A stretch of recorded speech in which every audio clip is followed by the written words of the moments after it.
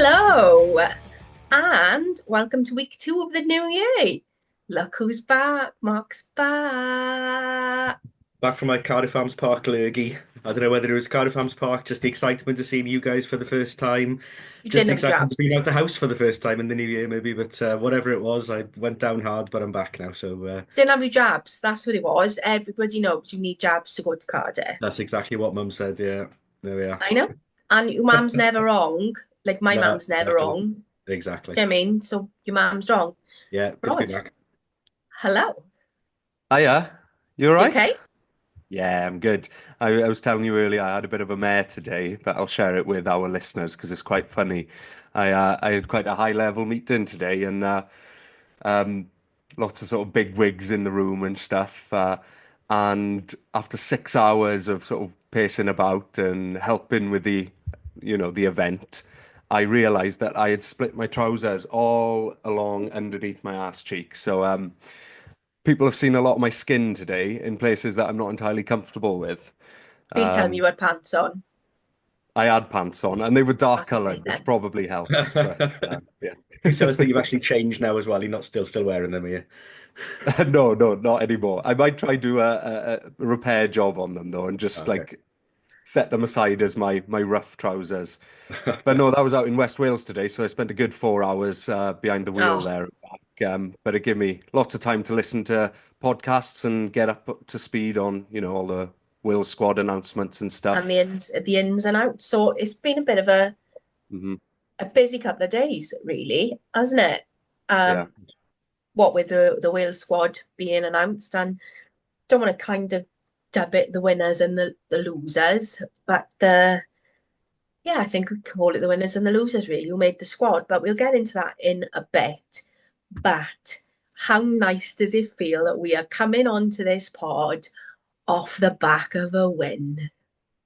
Yeah, Yeah, it it's feels good. great. How Really, really nice good. is that?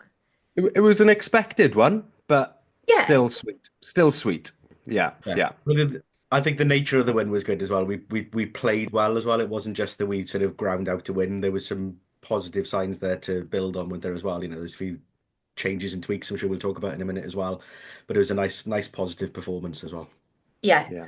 You can certainly see what they're trying to do with ball in hand, and the handling errors were far less than they were against Cardiff on New Year's Day, which was great to see. Nervy, obviously, first 10 minutes with Newcastle getting the first try in, and I just genuinely thought, here we go again.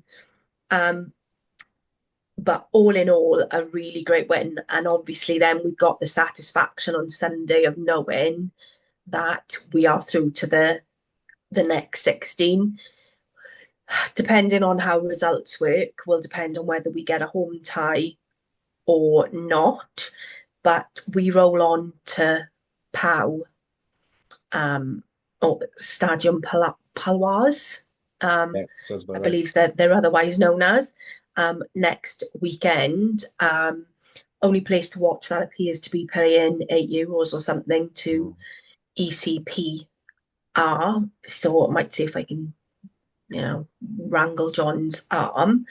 Um, Also discovered that Rod and I sit directly opposite each other pretty much.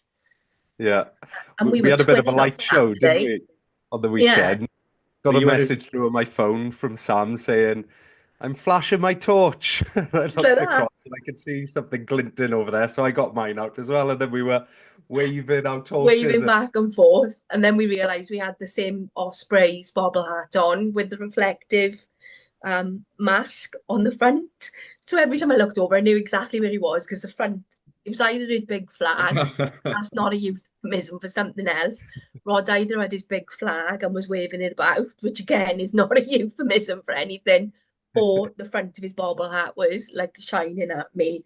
So looking at Newcastle, some pretty big performances. Mhm. Um, Only Neil Jenkins was there on Saturday from the Welsh Hmm. coaching setup.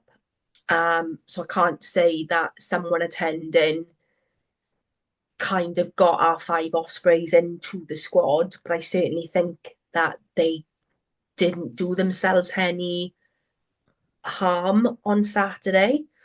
Um, Mark, you saw obviously a lot more on TV than we did with regards to the yellow card and stuff, which again I think was accidental head on head, Yeah, wasn't it? Which it was a seemed a bit weird one. strange. He was sort of he was upright, fair enough, but it was one of those where he couldn't really go anywhere else. The player was coming directly at him. He couldn't really go anywhere. He had no way Yeah, of getting his head out the way. So he was a bit unfortunate but by the letter of the law, it probably was a yellow card. But just took a long time to come to that conclusion. And I think because the referee was so just kept winding it back all in the his time, and decisions everybody was anyway. getting aggy. Yeah, and I think just because his decisions throughout the game were so bizarre at times anyway, he was just a niggly, annoying little It's very fella. strange. He was a Yeah, strange one, wasn't he? For both yeah, sides he as well, was. not like just them. Um, And that's when you really need the numbers in the crowd because you can start to influence the ref's decisions and speed up his decision-making process. We were all we were booing. screaming multiple times through that game for him to just hurry up and arrive at a decision. Yeah, But we weren't getting heard. Um, but It I was, have no idea what his actual outcome, how he actually came to the outcome because the TMO was French, as was the referee. yeah, So with couldn't my very, very understand. limited GCSE French from La Rochelle or whatever it was the books used to have in school, I had no idea. I think I heard tet for head, and that was about all I understood really. So mm, mm. I have to say that the some of the stuff being shouted out our side was really funny. Someone from behind me shouted, "Ref, how do you say your sister's your mother in French or something like that?" Which was just like giggled. And then obviously because they're from Newcastle and we've got a Greg's opposite the stadium, people were shouting, "Greg's is that way, boys." And it was like, and then someone went, did someone else say something about, oh, have you got Shearer playing a 13? And they just kept coming out with all these random Newcastle names like Paul Gascoigne and stuff. And I was like, I was really confused at first. And then I remembered they were from Newcastle. So it yeah. was just, but the banter was quite strong from We're good our at that. side. I mean, I think most Welsh are good at that sort of heckling, aren't they? But what we do need at the Ospreys, and maybe this is a case of reintroducing some old ones or coming up with some new ones, is have some more songs. I know we said before Absolutely. recording that we weren't going to bring up the Scarlet support, but at the Gloucester game. But there is certainly some learnings we can take from there about just, supporting the boys and just, Fantastic travelling support. Yeah. yeah. Amazing. You could hear them through the telly And they were singing dragging Cal out and all Lan. sorts of hymns. It wasn't just Scottish rugby songs they were singing. They were dragging out some They were old full on going, they chapel were hymns and all going sorts like of balls things. to It the was wall Welsh. yeah. But do we have any Osprey specific songs? No. We don't, do we? We Ole, need to ole, get, ole, Ospreys, yeah, is as far as it can go. But yeah. I was Even thinking my about it. dad's commented. He doesn't come to every game or as many games as I do, but something he's been saying, frequently in recent games is, We need more God, we noise. need some songs. We need just some songs that you can But have anybody else got? rattle off for a minute at a I mean, time. Cardiff haven't really got songs either, have they? I don't know about the Gosh. Dragons, but Cardiff haven't got songs either. Or certainly they didn't sing them New Year's Day when we were there, and when we were on the bank or whatever. I didn't hear any singing. So Mm. maybe No. it's a Scarlet's thing and an international thing, maybe. But But I did see a thing and it really amused. I lost half an hour to this on Saturday on TikTok. Um, English football chants. yeah, I love them. I literally, they are so like the one where they say in pretend we scored a goal, pretend we scored a goal, and then everybody goes mental. yeah. And all the banter between like Liverpool fans and Man U fans, they've got some cracking chants. We could learn a lot from them. Like I I could think go you full should on do that, hooligan Sam. mode. I think you should take three of those and try and sort of adapt them to suit the Ospreys. Is that my task for the week? That's a Yeah, yeah, and challenge. then you can give us a rendition next Challenge week. Sam. Yeah, you do our sort of rando question at the end. You can have a challenge I Sam can for have a us to do. challenge Annika. Do you remember her in the 80s with her Yeah, helicopter? yeah. And So you can have a I'm not helicopter. I'm not squeezing myself into a flight suit. Nobody needs to see that. Mhm. But it was really, really good. And I Yeah. think I might have fried you guys' heads. And if I can say thank you very much, James, for explaining or trying to explain to me the competitions from here on in as to what needs to happen for us to get a home game or whatever, anything else. He's also put it on Twitter, so I will retweet it. But I think I short fused my brain Saturday evening reading that from him. I'm not Yeah. good with stuff like that. I'm not logical. I've just spent an hour before recording here now, just trying to work it out myself. And yeah, I got so far, but then trying to work out, looking at the other pools, if we Exactly. finish first, second, or third, Yeah. who could we potentially be up against based on the outcomes of this weekend in the other pools? Yeah. Yeah. There's too many variables. It's not worth getting into at this stage, I don't The good think. thing is we know before we play, don't we? Because I think everybody else has pretty much It's played the before it weekend. on Yeah. Saturday. Yeah. So by the It's time the we it's the week kick of off, first weekend of we're April, going to know isn't what we it? want Yeah. this weekend. Saturday One of the we'll questions we were asked was my friend Andrew on Twitter was who could Ospreys get in the next 16? Andrew, mate, we're not that clever. Like literally, we've tried. I will just go along the lines of as long as I don't have to sell a kidney to get there, I'm good. I'm good. Like I When we went get onto to Pow later, I'll talk you through how far I got, and maybe that will go help for it. a Okay. bit. But Every we'll do that later. every time we're talking about Pow, though, I'm thinking of Tapau and China in your hands and feeling very Carol Decker, which You're that's losing Rod completely again now. gone over Rod's head, haven't it? You're For losing Rod. older He's straight over his head. listeners. Um, but yeah, I think a great outing Yeah, for a couple of our lads. People certainly put their hands up. yeah. I 5 am going. tries, which is I'm good. going to start the Dan Casendi fan club. I love him, not in a weird way because I'm old enough to like be his mum. But you know what? I was so pleased for him to get that try on Saturday because he Yeah. deserved it. He works hard, doesn't he? Absolutely. And probably had his hands on the Absolutely. ball more Saturday than he has since he's been Yeah. back. And it was Yeah. clear, I think both wingers, I think, had ball in hand more than we've Yeah. seen for an awfully long time. And I think that was one of the big tweaks for the weekend. And okay, once we got the 4 tries and we started to throw it around a little bit more as well. But even sort of before that, you could see there was a purpose to get the ball wide faster. Yeah. And bring, Watkin into the game more as well, use his hands a bit more as well. Yeah. We'd sort of moved away a little bit from just Keith flying up the middle constantly. They were definitely trying something a little bit different, and it was really nice to watch. It was nice to see some rugby being played. Scrum looked good as well. Agreed. Scrum Yeah, looked really good. Yeah, definitely. strong Lineup's performance. still looking rugby, doesn't it? That's Especially the when we get thing. into the red zone as well. When we're Yeah. in the 22, it's the same New Year's Day, isn't it? We lost a few balls on our own throw when we were on the 5-yard line or whatever. It was the same on Saturday as well. So it's going to tidy that up a bit as well. Yeah, I'd Yeah. argue that there were a few tries left out there. Obviously, there was the one that Hardy was denied after getting over. I think it was the first of the 2 attempts. The second Yeah. one was awarded, and the first one wasn't. But on top of that, I think there was another couple of tries left out there.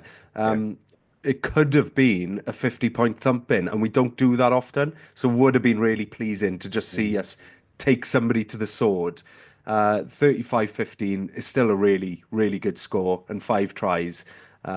You can't complain about that, but it felt like we could have really given them a thump in there.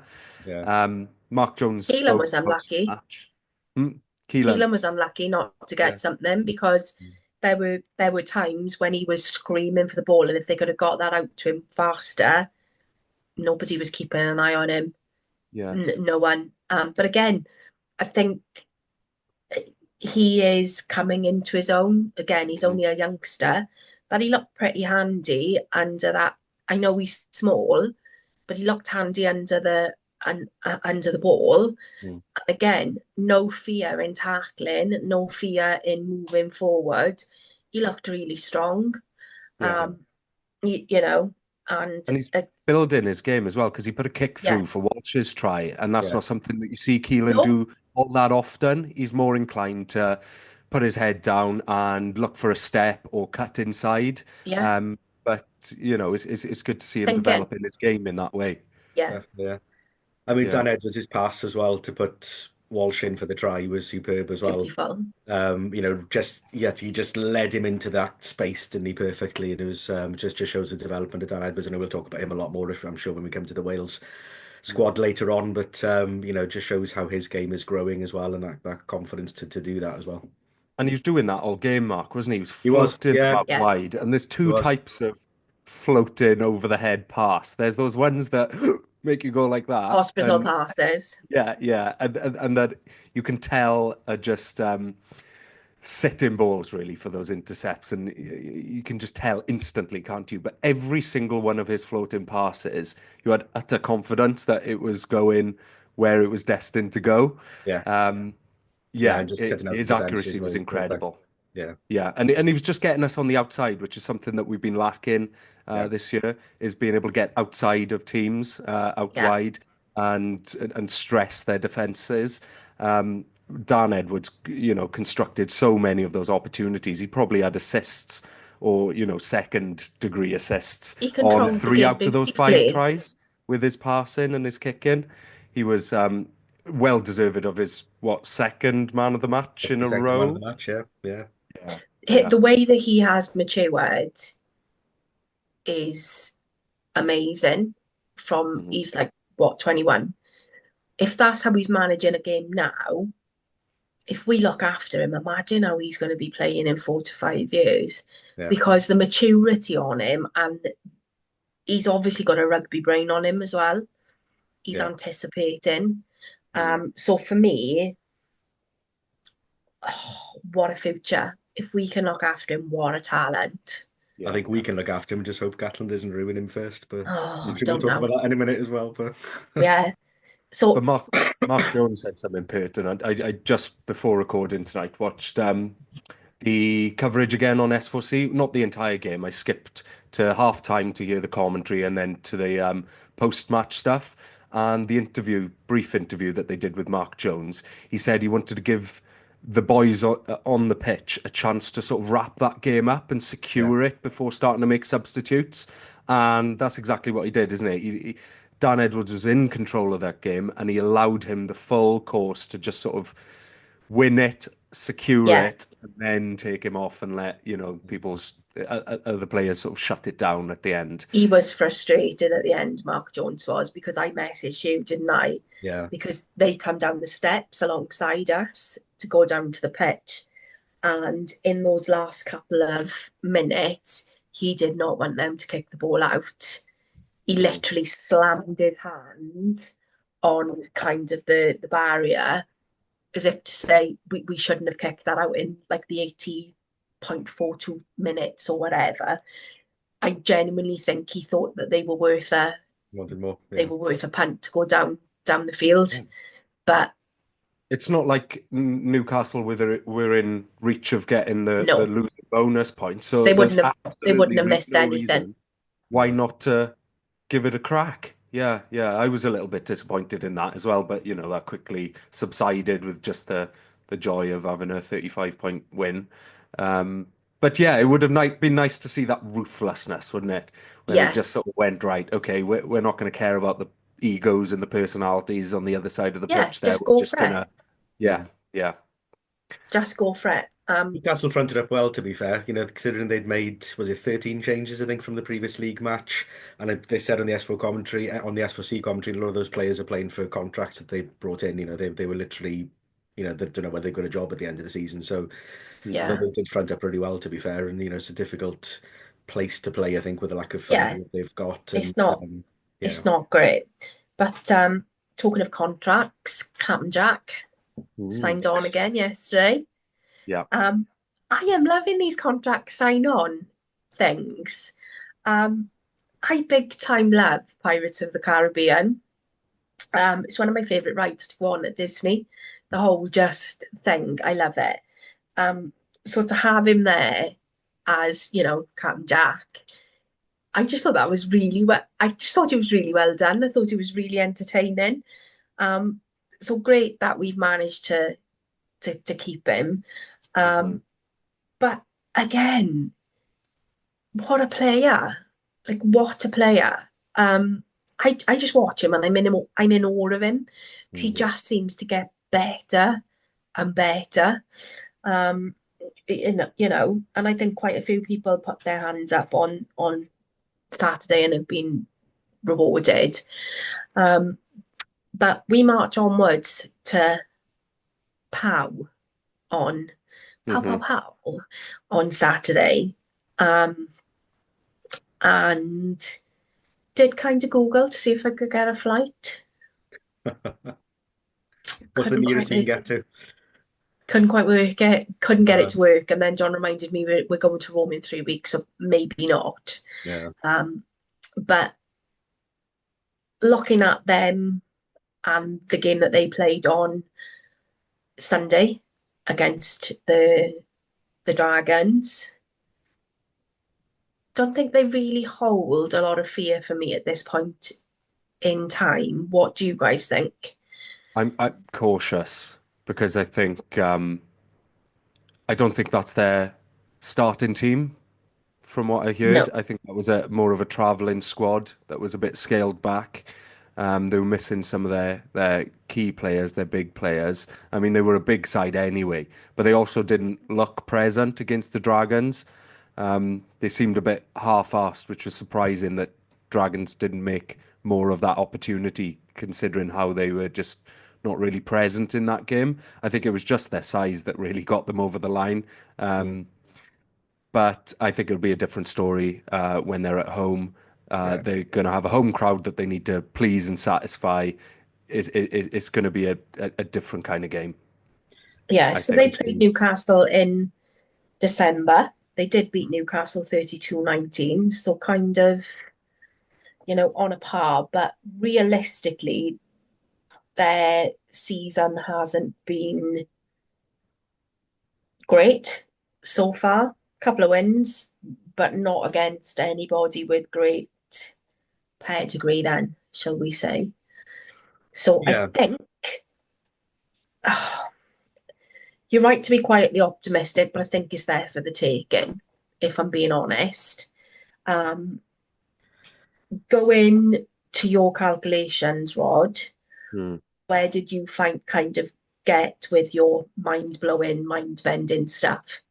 Yeah, so I didn't get into any of like who we could come up against in the knockouts because, like I said, there's so many variables. You're not Um, Doctor Strange. but this is as far as I got. And please correct me, people at home, if you know better and I've got this wrong. But so if we got 5 points, so that's a win with a try bonus point, that would take us up to 15 points and would put us in second position, knocking Pau down to third. That's all. 4 points, so a win with no try bonus would give us 14 points and would also put us into second position. However, if we had 2 points, i.e., if we drew with Pau, that would leave us both with 12 points. But we would go into third position Just because that Pau would point. then come up on points difference. Yeah. And then finally, if we get 1 point or we lose with a losing bonus point, that'll leave us on 11 and will put us in third position. Obviously, 0 points would leave us on 10, which we currently have. And that would mean that we could be caught by the Lions if they get 5 points and improve dramatically on their points difference, because Mm. that would leave us both on 10. They've currently got a much worse points difference than us, but if they put theoretically 45 points on the Dragons, they could make up that points difference and knock us even further down. I don't want to But laugh and say that's possible, but that is possible. And I'm really Yeah. sorry to any Dragons fans. But I think I feel really sorry for you guys at the minute because it's not nice to see the way that your team is kind of a bit in, should we say, free fall Mm. at the minute. Yeah. Um, Seems to be no direction there at all at the minute, is there? But no, no. am I right in saying, Um, Rod, as well, with your calculations, that is it the top two third place teams get a home draw in the next round as well, I think. And that yeah, yeah, could be a route for us potentially, because if we get 2 points, as in a losing bonus point and a try bonus point, that puts us in a fairly strong position, I think, to get one of those top two third place finishes. Yes, yeah. which I could mean, be the way to go. Obviously, winning the game is the clearest way to get a home yeah. tie. And then after that, all clubs will be ranked in sorry, the pool winners will be ranked 1 to 3, second place clubs will be 4 to 6. And it keeps going down like that. And then number one ranked team plays The bottom, the bottom. So it's 1v16, 16. 2v15, 3v14, blah, blah, blah, all the way through. So that's when it starts to get really confusing. So it's really difficult to predict who we're up against because we'll have to do what we've just done for every other pool. Yeah. Let's not. That does make for some good podcast listening, as if we just sit here with a pen No, and paper no, trying to no. go through that. So But I did my breakdown make sense? Did that It make did. sense? It it did. did, yeah. All I want to know now is this. A, if we get a home tie, and I'm not counting my chickens before we hatch, me and Rod are obviously going to be there. Mark, will you make the pilgrimage? I think I'd have to, yeah, for a home game, yeah, 100%. Going to have to anew. Alternatively, if it's one of the clubs that we can easily travel to, Yeah. road trip. Love a road trip. Had loads of road trips last year. Basically went away to pretty much everything apart from Montpellier last year. So I'm good at organising these kind of things. So I think we should just do a road trip. You know, Rod, you can bring another. Bring Amy. Mm-hmm. I like Amy. Bring your dad. I like your dad. Bring your mum. I like your mum. Bring whoever you want. We'll have a family outing. It's nice to have that travelling support. We've got to say again, Scarlett's travelling support up at Gloucester was superb. And to be fair to them, they did keep singing. Like it could have been really easy for them to stop on Friday night. I do feel, oh God, They had to do something to keep warm, really. It was a cold night and it was nothing else was freezing. going It on. looked freezing. The Plus the steam rugby coming didn't off offer them them looked much kind of awful. to look at either, did Um, it? So but I kind of think they didn't capitalize on everything that they could have. It could have been a much tighter game than it was, in my view. yeah, no, Um, I think the Scarlets probably had more possession and more territory than Gloucester did, but did nothing with couldn't win it. it. Yeah, They had 60+% of both. was that right? Mm. Yeah. I watched the game and they had all the ball, but Yeah, just couldn't do couldn't anything with do it. anything with it. It was frustrating to watch. Yeah, Yeah. but I suppose we could talk about Cardiff, but are we really bothered?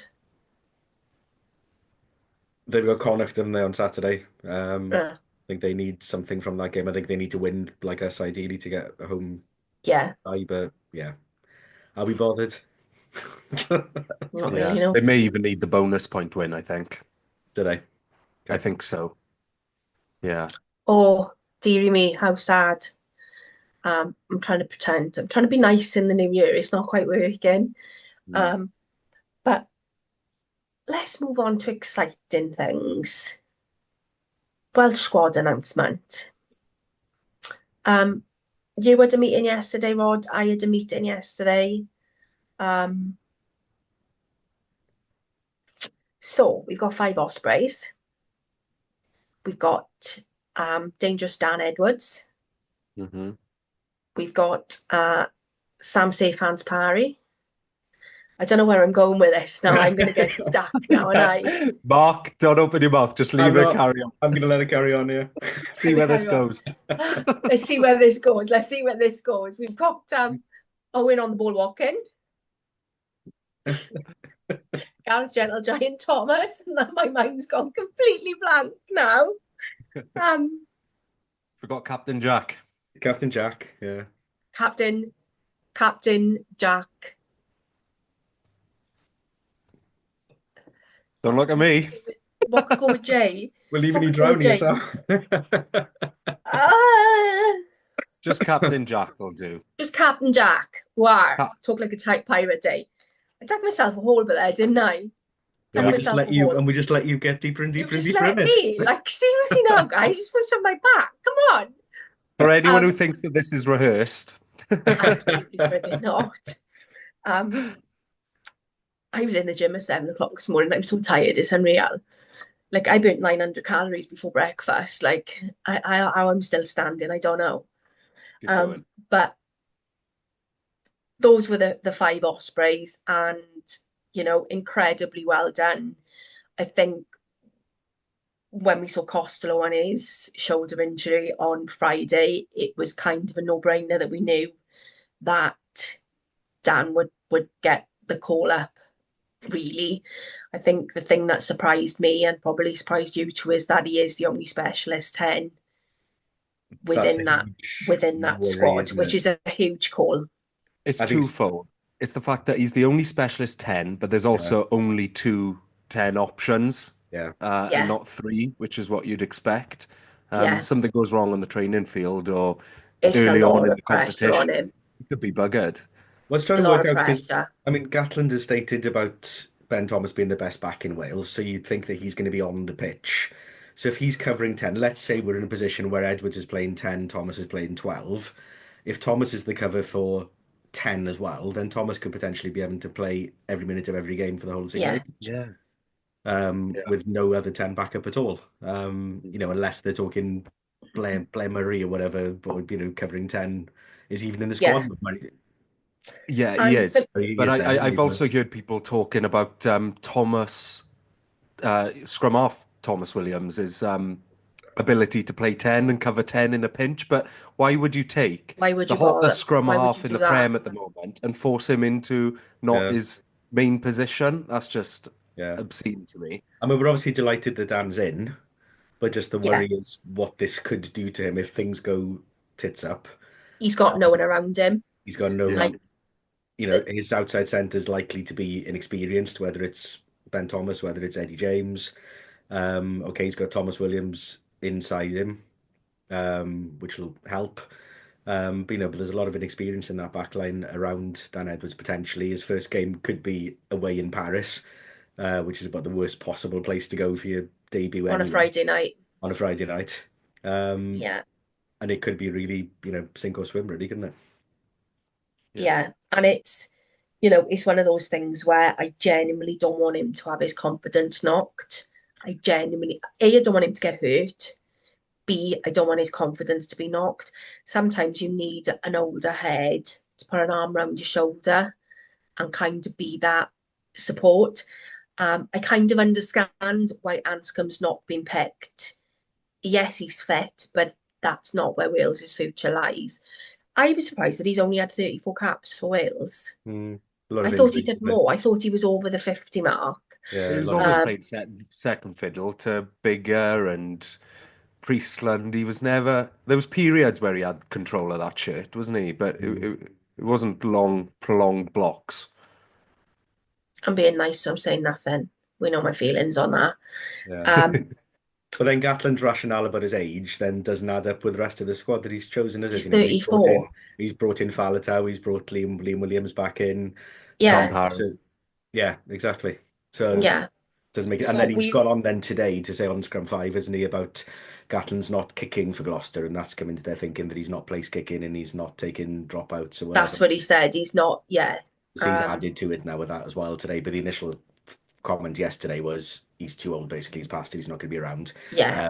But we'll bring Faletau in and Ian Williams But instead. there's no strict cap on the number of players that head coach can select, is there? Well, there is a cap, but they Normally often beneath 33, but it. we've done 34 Mm. at this But point. if he wanted to, he could go 35, 36, couldn't he? If he has that option, why would you just stick to Mm. two? And Fly chances off. are there'll be a third coming in at some point Gosh, I should imagine. during the That's happened a few competition. times over the past seasons, isn't it? And whether Like, Yeah. he Anscombe, whether he sticks to his guns and says no, not Anscombe because he's past it, and bring Jared Evans or whatever in. Yeah. Mm. He seems to be completely out of the picture as well. I mean, he's always good when he plays for Harlequins, but he seems to be completely off the Welsh radar. Yeah. Yeah. So this time last week, we would have potentially said Dan was, and we did say Dan was kind of an outsidey bet kind of thing. So we are really pleased for him. Since my lift selfie, and he messaged me back about my lift selfie, just took a punt and messaged him on Instagram and Yeah. said, brilliant, really chuff you. And he said, thank you back. So thanks, Dan. If you ever want to come on, The lift you know selfie has my really made him, isn't it? I think know it's my Twitter. just taken Like, off. come He's just on, come taken off on. since then, isn't it? We'd love to have a chat with you because you're an all together, nice put together, confident young man, and you want a Rod's men crash. If you want to bring one of your friends as well, that's fine because Rod will be okay. Um, but Chuffed for him though. Absolutely really, chuffed for really Yeah, him. pleased, 100%. Yeah. really pleased. Yeah. And it's either going to be one of those things where he's gonna swim, which I think he will. I think he will swim. I don't think he's going to sink, or he could sink. But I think the boy's a swimmer. Like I don't think he's going to be one of those who's going to bow Yeah. to People the keep pressure. raising age as a factor, and it's a consideration. But George North came in at 18 and rocked the world. Lewis Rees It's Dammit. been done before. It'll be done again. He's not the youngest player to get called up to an James Hock was international younger. squad. Yeah. James Hock was younger. Um, the other surprise, which we said would be an outside bet, which has tickled me. Um, Warren, I don't hold a grudge, Gatland picking Sam Parry. Don't lie to me and tell me you don't hold a grudge. Yeah.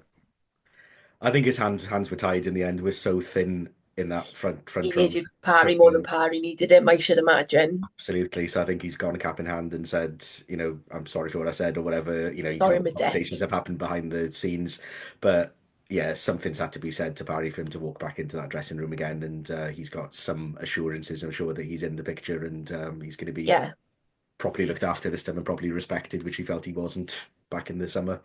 But You yeah, know that delighted that he's back in. I mean, since now he's been injured for us, he's really stepped up. He's a real yeah, warrior, and he'll bring a lot to set piece if he gets his chance as well. Because that front row is looking thin. Otherwise, we need somebody a hooker that can scrummage because they're not going to yeah, have a lot of support either side. Well, tight end side certainly, but yeah, you're too right. I think he's definitely more than earned that spot. I know it's born out of um, some injuries elsewhere, but he's earned that place. That there were alternatives and there were other names being talked about. You got Brody yeah, Coughlin over at the Dragons, who's exciting prospect, albeit a bit young. There's obviously Evan Lloyd was included in the squad, but there's also Evan. Is it Evan Daniel?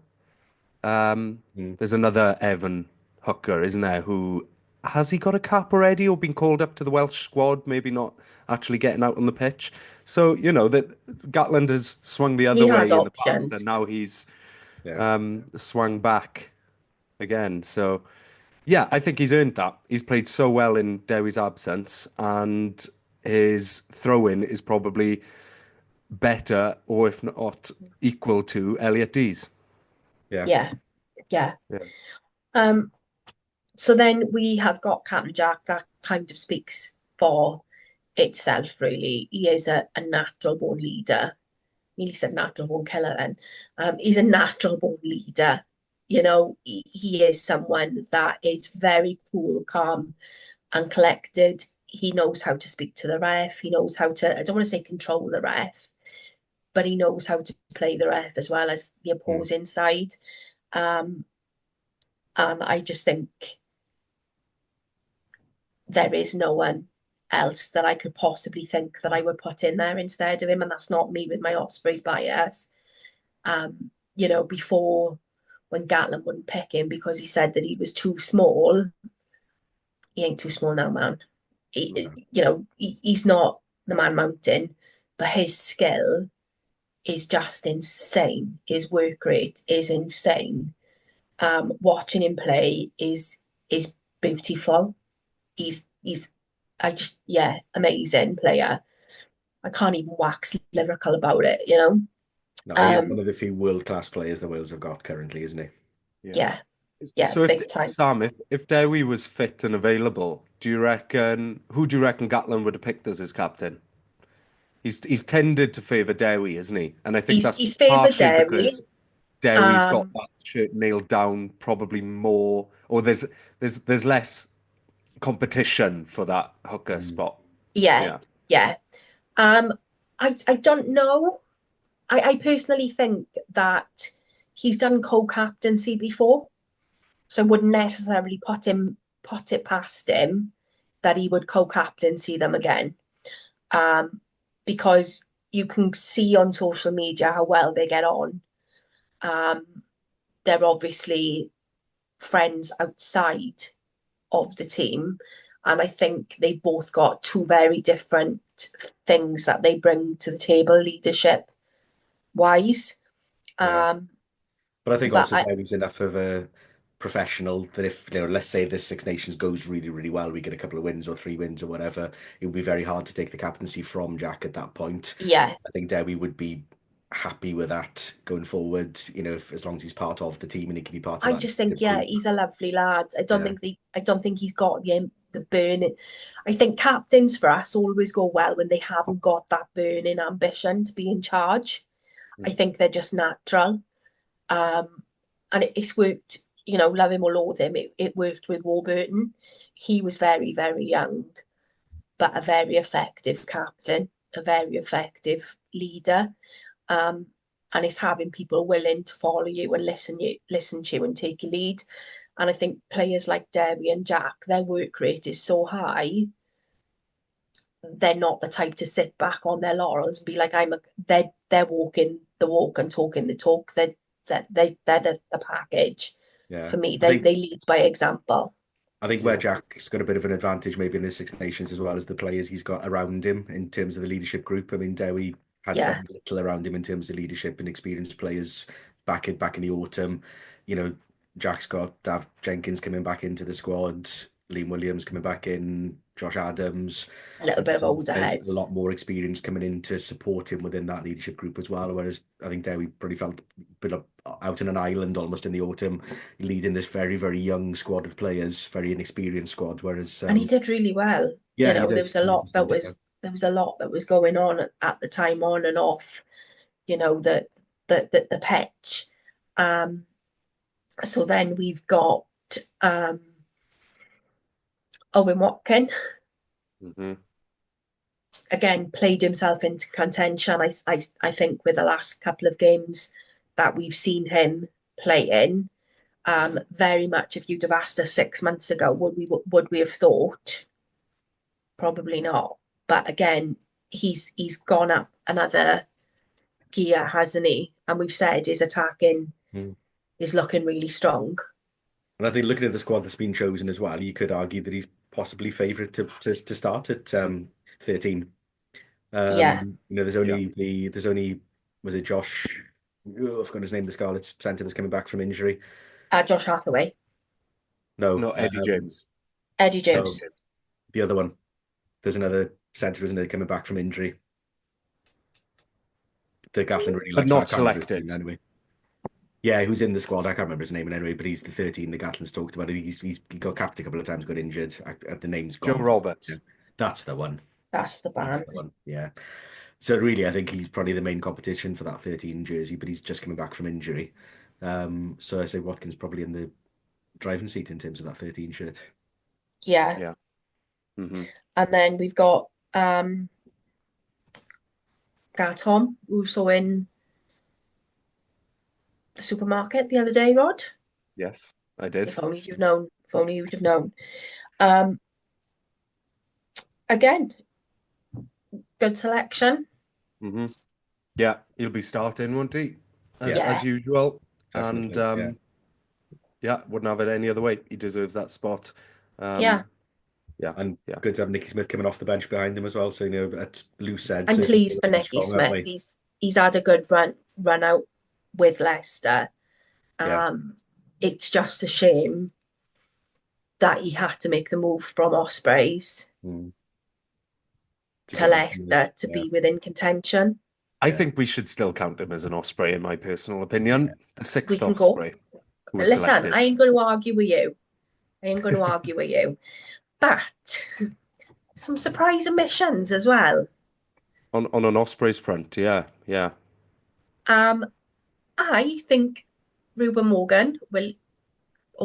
Ruben Morgan Williams has got every right to feel pissed. Hmm. I mean, going on Gatland's rationale with Anscombe, if he's applying the same to Rodri Williams, who's clearly not going to be around at the time of the World Cup, then surely, especially because he's chosen 3 scrum halves in that squad as well, then why not bring a young scrum half into that squad to get squad experience rather than have a third scrum half who's not going to be anywhere near the team probably, and who's certainly not going to be around for the next World Cup. So again, it's the inconsistency, I suppose, isn't it, from Gatland in what he says about one player compared to the Yeah. other. But also, Ruben is the Form 9 in Wales at the moment as well. He would jump immediately ahead of both Rodri Williams and Ellis Bevan in my book, and maybe that's a bit of bias, but we We saw saw them him and Ellis head to Bevan head. head to head. Yeah, Exactly. Who And came out Ruben on top of that? Morgan had, yeah, he had his number, didn't he? He was Rubes, yeah, like, I genuinely, if I was him, I'd be like raging. And I understand Gatland spoken to the Neely Rands and explained to them why. But I hope he's had a conversation with Ruben and had that conversation with him, because I can't get, like you said, to me, it's not logical that you've not included him there, no, not at all. especially if you've got Edwards at 10, Exactly. when Yeah, you know it's a working partnership. yeah. You know that it's working. yeah, definitely. So, Well, I think he's the one that can have the biggest grievance, I think, of our players that hasn't Yeah. yeah, 100%. yeah. We can, Especially considering, Thomas Williams offers that maturity and that experience for the youngsters to learn off. You don't then need another experienced head who's not going to head. come on and No, start in all likelihood, just in the background. It doesn't seem like there's much point in that. It's a wasted No. space. Leave him at home and bring another fly half yeah, is what I do, because that Yeah. fly half has got more likelihood of getting on the pitch than Rodri Williams. And again, yeah. it's no slight on him. He's a good player. Maybe he just wanted to get more Dragons numbers in there.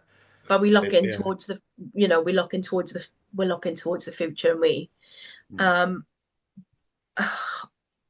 I think we should record this and put it in all the time, because we say it every single time. Morgan Morris. Hmm. I mean, we know his qualities, don't we? But that coaching team and the coaching setup don't like him clearly. And while that coaching setup is in place, he isn't going to get picked. We No, have to accept that. I mean, it's great for us because it means we see more of him at sort of club level. But it's just such a shame for him because it sucks. he's an eight out of 10 performer every single week for us. Yeah, He's very consistent. You can't get a better, more sort of consistent player in the whole of regional rugby, probably. yeah, Um, and yeah, I get there's a lot of competition in that back row. Um, but he needs to be looked at. He needs to be given an opportunity. But as I said, in the current regime, he isn't going to get that chance. So no, the only opportunity he's got to play international rugby is if Gatland goes and takes his coaching team with him. pretty Yeah. much. Or if he just changes position and spends 2 years training as a hooker, because he's got the carrying ability. He can learn how to throw darts. He can learn Outside how half, to maybe. scrummage. He'd probably, in all seriousness, We take him to Ali Pali, shall we? yeah. That's what we could do. Well, they were playing it on Saturday there.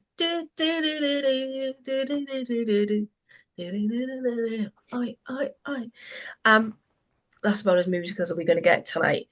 But also some eye openers with the likes of Cam Winnett, Rio Dyer, Tain. Yeah. Just before we move on from Big Ospreys that didn't make the go squad for as it. well, Yeah. Tom Boter, Yeah. Mhm. there's a massive gap at tight head.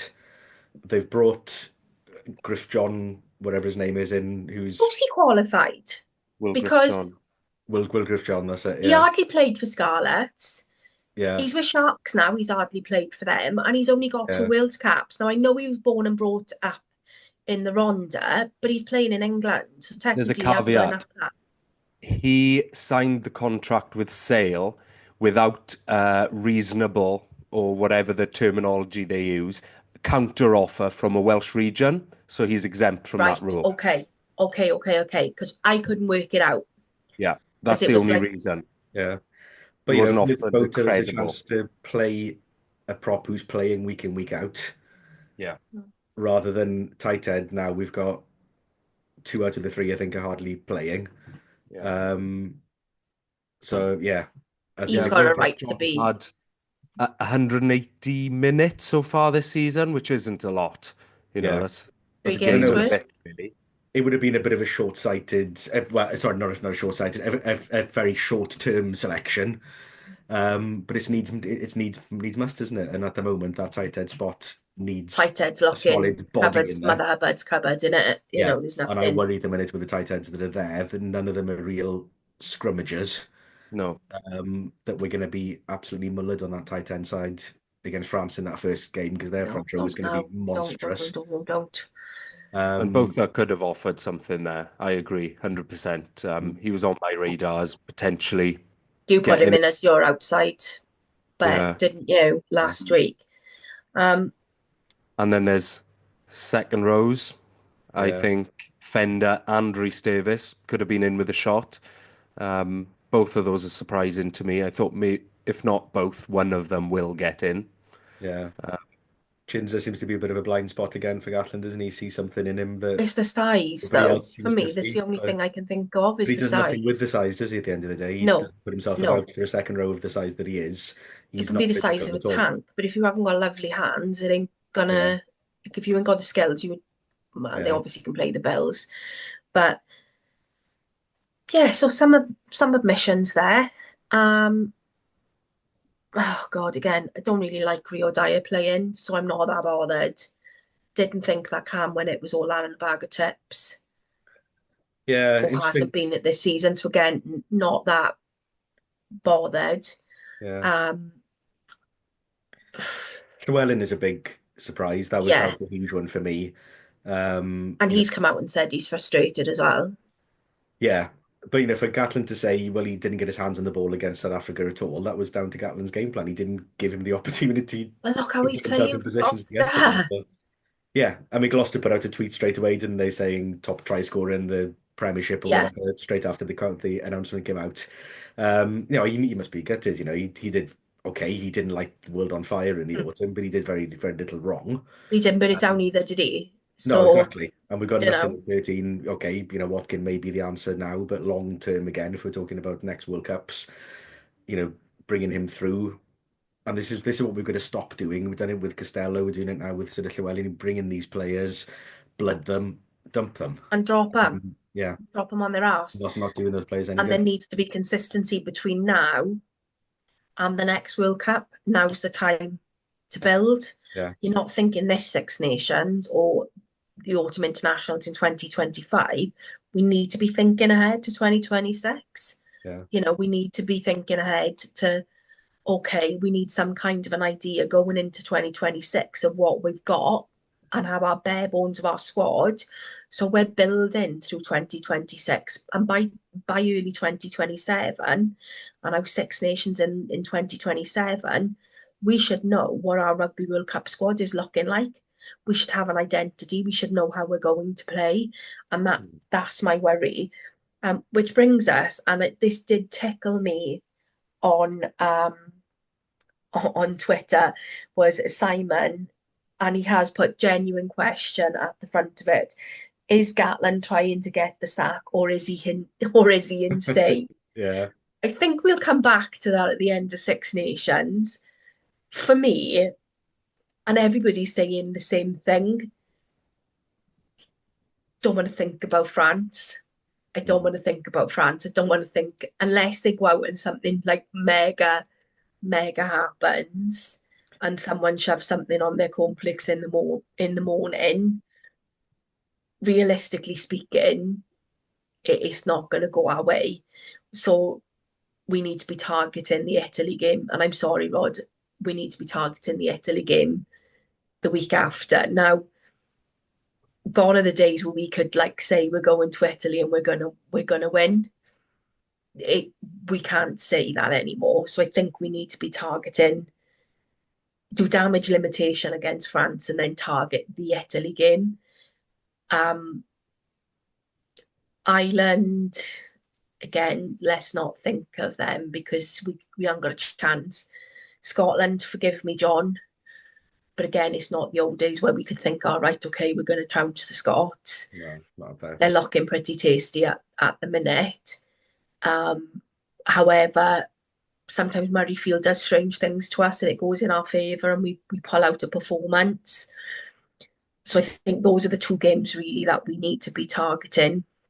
And you can never write us off against the English because At they're the home in English. Cardiff, Super Yeah, Saturday. Yeah, yeah. anything could happen. I You think know, those are the games. Yeah, yeah, and the rest we've just got to get through with as few injuries as going possible. to be attritional. It's going to be Like you, attritional. like you And I said, think that we need Italy to take the game. positives from it. Yeah, like you said, the Italy game is the one to target, but we can't afford to get absolutely mullered against France in the first game. No, 'Cause what that would do to confidence, especially if stay we're as putting injury new free as players possible. in there as well, Yeah, that could have a massive effect on that Italy game as well. If we yeah, ship 50, 60 points against France or whatever, and then we're going to Italy with confidence low, with battered players, yeah. then that's not going to be It's not pretty going to be a happy either. Sam. No, It's not going to or be a happy anybody else Sam for in that Rome. matter. I mean, going back to the question, has he gone mad? I think he's fallen between two stools a little bit, isn't he? He's brought back experienced heads, while also then saying, "But I don't want that experienced player here, but I want this one." He's talking about the future, but then he's not blooding. There's some players that he's brought in already that he's blooded, that he's Yeah. discarded, brought in another batch of players that haven't got any experience at all. It feels a bit kind of scattergun, a bit kind of, well, I'll bring this Mm. little bit of experience back in, this little bit of inexperience in, shove them all together, see what happens. Um, I don't know, just the squad doesn't look cohesive. It doesn't look, I don't know. It's a bit disjointed, isn't it, in what it's Yeah. trying to achieve? There doesn't seem to be to me, it's not screaming out one clear playing strat or playing strategy. I don't know.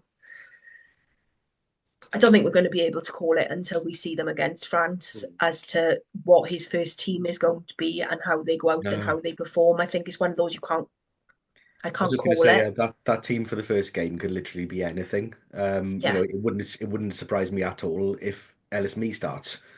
Um, Equally, it wouldn't surprise me at all if it's a back three of Liam Williams, Josh Adams, and whoever else. yeah, another.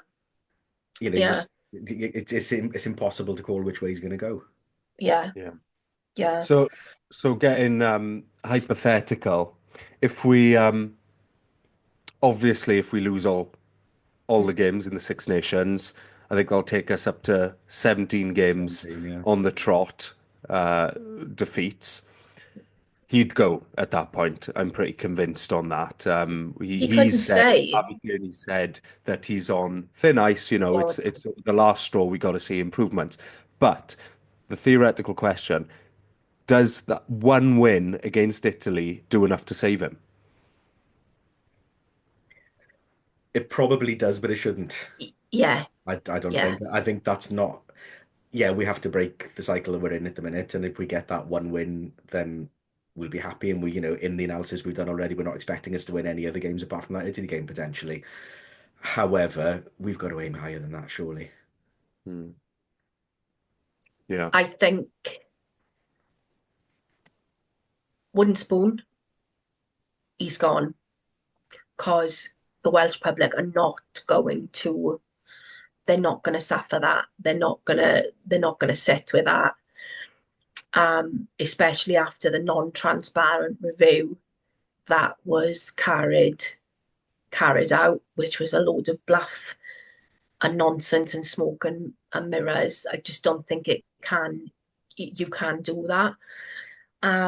You're right. I think one win will be enough to appease people, but it shouldn't. Our expectations should be higher. It might We need depend on cohesion. it might depend on performance in the other games as well. We talked Hmm. about this with the Ospreys earlier on in the season, didn't we? They were If looking they for near misses, performances. If we get out of France with a 5-10 point loss, if we get away from Dublin with a 5-10 point loss, away from Murrayfield with a 5-10 within point touching potentially, distance, they were sort of competitive in those games and then beat Italy and then give England a game, maybe just sneak win. If we sneak a win against them, then that's game over. He 100% stays. But if yeah, we lose that game against England, if we've been competitive throughout the competition, but I think if we beat Italy and then ship 40, 50 points at Paris and Dublin, yeah, lose heavily in Murrayfield and lose to England at home. game over. That's a different story, isn't it? Yeah. Game Yeah. over. Um, Hmm. yeah, I think some of it's going to be a tough watch. And as much as I'm looking forward to having a little jolly in Rome, oh, please don't make me cry, Warren. Please don't make me cry. Um, yeah, I think that's where we've got to kind of, place ourselves. But at least Ospreys are on a slightly better trajectory. So, okay, Team Wales might be going down the toilet pan, but Ospreys, they look as though they're kind of repeating their previous years' things where they've been crap in the league, but then the cup they've gone on a bit of a run. We kind of moved on earlier on, but from Ospreys earlier on, but I think getting to these final stages, to the final 16 can only be good for the players involved. It's bringing them against top notch, well, some of it's top notch opposition. It's giving them that exposure and that step up. I know the Gloucester fans loved having us last year. What I've seen online, they've loved playing against the Scarlets. And I think overall, as much as we can say Welsh rugby's in a mess, rugby as a whole needs rebooting to make it a more attractive prospect for people to go and watch live. And it's how we do that, I think, which kind of brings us on to a bit of an update regarding the stadium and the move to St Helens, unless anybody else has got anything they want to throw in the ring regarding Wales. We've So got a few more weeks two more weeks before yeah, the first match. We've got plenty of time to discuss that in more detail. yeah. I'm sure. Saturday before the Newcastle game, Lance Bradley did a chat about the move to St Helens and timelines.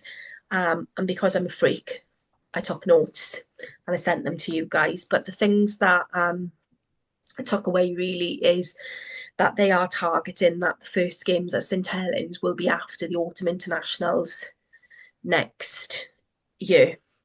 So they're looking to put in a 3G or a 4G pitch. Reason being is that they want it to be somewhere that Swansea RFC play on, the university plays on, and that they can get community games and stuff going as well. And obviously a 3G and a 4G pitch will stand that level of pressure and that level of paying on. If I can just say to the Swans fans, it's not the Ospreys who've ruined your pitch, mate. Speak to your groundsman. You're moaning about the state of your pitch, and we've played there like twice. Behave yourselves. Calm down. It looks awful, doesn't it? I don't know what the hell's going on there, but the pitch looks terrible. Wendy ball, as we refer to it in our house. So the plan is to do that. Now, the cost is around about the same for a grass pitch. But the time to grow a grass pitch and cultivate it and get it properly playable is about 12 weeks, which realistically we don't have once the cricket leaves. The other fly in the ointment is it's the 150th year of Swansea cricket, so they obviously want to see out their full season up until the end of August at the ground. There is stuff that can go on before then. It looks like it's going to be phase 1 and a phase 2 and a phase 3. So as we've discussed before, they're slightly shifting the pitch and making it parallel with the terrace, and they're hoping to cover the terrace so that people will have a covered terrace, so you can create that atmosphere like the Shed has got at Gloucester. The stand that's the bay side is going to move behind the Mumbles end. So that's going to move there, and a similar stand then is going to go the town end, and a new cantilever stand is going to be put in to run parallel with the pitch on the bay side. They're hoping to make the Mumbles end a student area, because, no offence, nobody really wants to be near students, do they, when they're having a, like, I don't know, Rod, you're still young enough to be, you know, If they're doing student prices on the pints over there, yeah, I'll be there. I don't know Rather about than that. I'll see usual what I can do. stadium prices. Oh, so, On that, three briefly, pound thirty a can of Sprite on Saturday. yeah, 3.30. yeah, Wow. crazy. Ridiculousness. And then they're looking to do a family stand on the opposite side. So you'll have your terrace for your hooligans, which I would personally love, apart from the fact I'm old and I can't stand up on a terrace now. And then the opposite side, depending on funding, will depend on whether it's going to be a temporary or a permanent stand. Permanent stand is great for me because it would mean that you'd have hospitality and more hospitality there. Planning permission hoping to go in April. They're working in conjunction with the council at the moment. So all things being well, first week of December will be our first games in St Helens. Fan zone is going to be the curved area of the cricket pitch in a corner there next to the clubhouse. Partially covered, not fully covered. So I don't know how that's going to play out in the wind and the wind and the rain. Because we know that Swansea likes a bit of drizzle, don't we? But let's keep our eyes peeled about, when the planning permission goes in April. It's great that they're working in conjunction with the council, so there's that added level of funding. Phase 2 then in a couple of years' time is looking to bring a training barn and other facilities there so they can do, corporate meetings and everything else. So all looking really, really positive. For me, the main thing is about having places for the fans to go and places under cover a little bit, because at the moment the clubhouse looks as though it's going to be for players' family and friends and corporate, which is great. It brings in money to the club, but I think there needs to be some catering and a bit of shelter for fans as well, because nobody likes soggy chips out of a tray, do they really? So Part of the match experience, isn't it? So. Yeah. So that's my potted stadium update. I've got notes. If anybody does want further, more detailed notes, let me know. I PDF them to you. It's not a problem. I've sent them to a couple of people on. Maybe we just tweet them out anyway, and anyone wants them, do we that. can pin them to the top Absolutely. of our Twitter feed, and people can see them there. Yeah, I'll give that to you. So that was the stadium update. Just before we came on air as well, breaking news. Welsh women's rugby has got a new chief. It's a lady called Belinda Moore, who's come from being the CEO of PWR, the English Women's Prem Rugby. She's going to be in place for 9 months, and she's there to bring some structure to the women's game, make it a little bit more, as she said, bring women's rugby around the table. She's going to be there for 9 months before she puts her own successor in place. She's done fantastic things with the PWR, which, is going from strength to strength with my girl crush, Alona Mare. Wonder if we can get her on. I love her. Superb try by her on Sunday, by the way. Oh, just amazing. Yeah. I love her.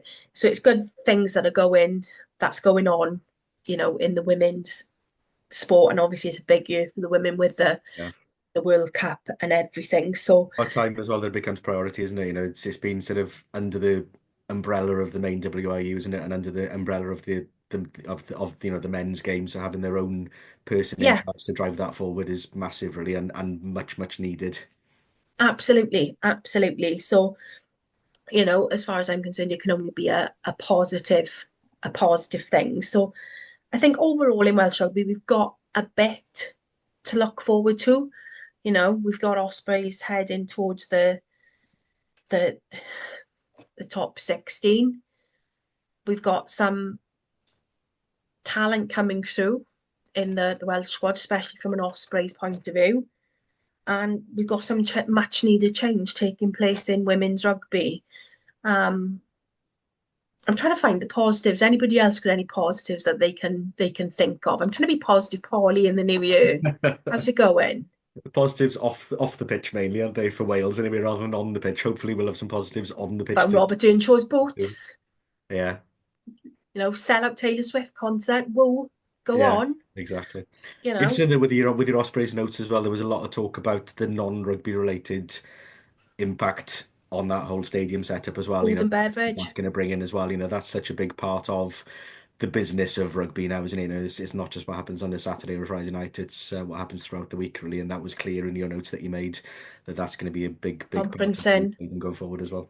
You take it where St Helens is. If you can put a permanent stand in there and you've got a function room Yeah. and you can put some glass windows that are overlooking that bay, what a view for a wedding or an Mhm. engagement party. Or I didn't get married in a traditional venue. I actually got married in church, but then I had my reception in Klein Golf Club, mainly because Klein Golf Club has got three glass windows overlooking North Gower Commons and sheep and everything else. And it was just stunningly pretty. The Mm. inside of the venue, we tarted up a bit, but that view was everything. So if you can capture that, you've got to crack in. Okay, not every Saturday you're going to be able to have a wedding there, but certainly throughout the summer and conferencing and everything else, parking was a consideration as well. But then you've got the wreck right Yeah, by the side. They're talking about putting links on for park and ride. yeah, brilliant. So I think because they've got the council on board, the council are going to be all for making people get out of their cars and use shuttle buses and everything else. Yeah. Plus, the uni have said they can park there and use their parking, and again, shuttle bus from the uni to the ground. So I think that's appeased a lot of people's thoughts about getting back and forth to Yeah. the ground. Did they mention Um, season ticket pricing at all? Because obviously they've brought out the offer last week, haven't they? About you can pay 50 quid up front put now your and 50 quid guarantee down. your tickets or whatever. But what they've Yeah, left out of that information is what the season ticket costings are going to be. Mm. I I think for me, Lance has come to the realization that perhaps Swansea and the surrounding area is not perhaps the economic makeup of Gloucester. So I Mhm. think his original thing of premium prices and paying like 70 odd quid per seat to have a premium seat, our blood's not that rich down here. No. It's not, you know. You would hope And I that think he's realised that. you would hope season ticket wise that the prices will be like for like or small increase on what people are paying now Yeah, rather than a huge yeah. hike. Because they're going to get money through food and drink and beverage. And the thing that I liked as well was about local suppliers, getting local suppliers in. And, you know, I'm not don't want to sound like Jamie Oliver, but he talked about having good food and drink choices for kids as well and making it cheap for kids to eat. Mm. Um, I think gone are the days where you have burger from a tin. You know, I, look at I, what I the don't place is think like. I don't think you increase prices though. I think you let supporter numbers bounce back first before you even start fiddling with anything like that. Mm. Let the current sort of 3,500 that are regularly turning up to games have a season at the same price before you even consider hiking prices. Yeah, yeah. Yeah, I think because that would piss people off. Yeah. yeah, and I don't want to be like I love my nest ticket. I like my hospitality experience. I like as I said, my old man would turn in his grave that I'm a champagne rugby fan now, so he'd call me.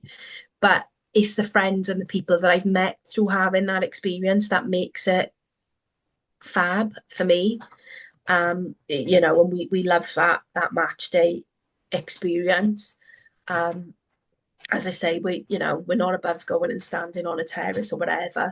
But when we've gone to places like Sarries and Leicester and had hospitality, we've not paid like Sarries was amazing. I think we paid 125 quid for hospitality. However, that was a premium seat um, within the ground, as much food as you could eat. and they had like street food stations. They had burgers, pizza, pasta, all sorts going on. So you could go up and they would cook it either fresh for you there or then, especially with the pizzas. A free bar up until 20 minutes after full time. So Mm. for 125 quid, like to be fair, they gave me cans of Coke for the bus on the way home as well because I wasn't drinking.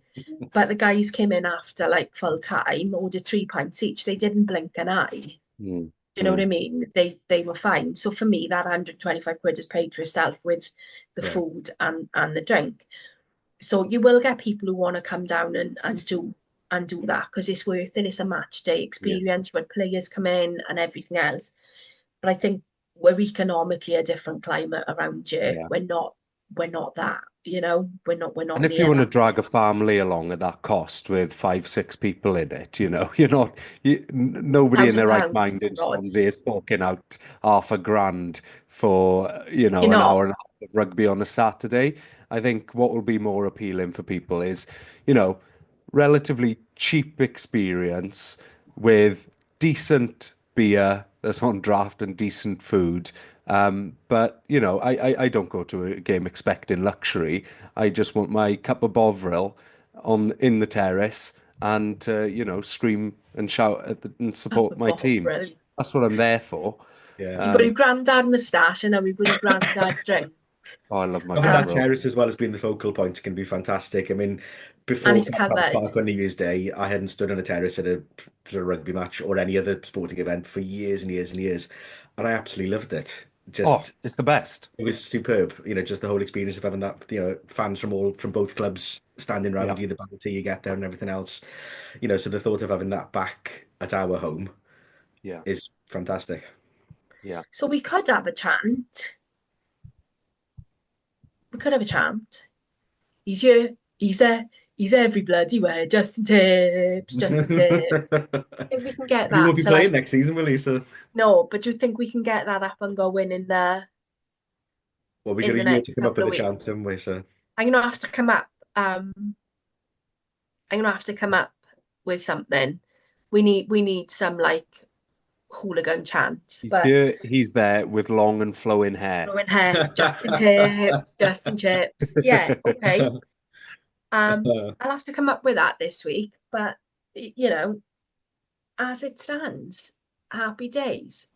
So, guys, any other business before we move on? Have we got one more question? We may have one more question, which was from might have one more. Rihanna.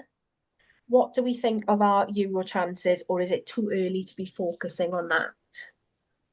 I think we 100% focus on it. I think focus. The league. I think the league is gone, isn't it? Top 8 is very, very unlikely. So I think eggs in the basket. We just go for it now. Bolts to the wall. Do what we can against Power this weekend. Do the very best we can to get a home tie. Shove that home tie in Bridgend, which it would likely have to be because Swansea are playing home that weekend. Yeah. Do it. We just go for it. Yeah. Do it. As Nike said, just do it. Yeah. Do you know what? Nike is on my favourites list because I can. Right, I'm chunky. We know I'm chunky. We've met in real life now. I can fit in Nike's kids trainers. Nice. When you got a size 5 feet. Just ordered myself an amazing pair of Valentine's Nike trainers out of vouchers I had for Christmas, and they're like 50 quid less than the adult one because they're kids ones. Living the dream. There is an upside to being 5'2". I'm living the dream. But I suppose we should have a rando of the week. Here we go. It's where we start worrying now, Rod. Here we go. Here we go. Yes, with it. So I did not watch the first series of Traitors. Watched the second series of Traitors, totally fell in love with it, and now I am literally like raging that I got to wait till Wednesday for the Traitors. Do you think you could go on to the Traitors and be a traitor and fool the faithfuls into thinking you're a faithful? Could you be that sneaky and manipulative? People don't trust me. What? I don't know why. I think I'm I can be quite good and deceptive in that way. But when we play those kind of murder mystery games at home, even when I'm not the murderer, everyone always votes for me. People, I don't know if I give off some type of energy that I can't be I'd be trusted. flattered by that, I would. Nobody trusts me. Yeah, so you'd be screwed then. You wouldn't be coming home with any cash. No, I think I'm good if I'm going into an environment where I don't know everyone.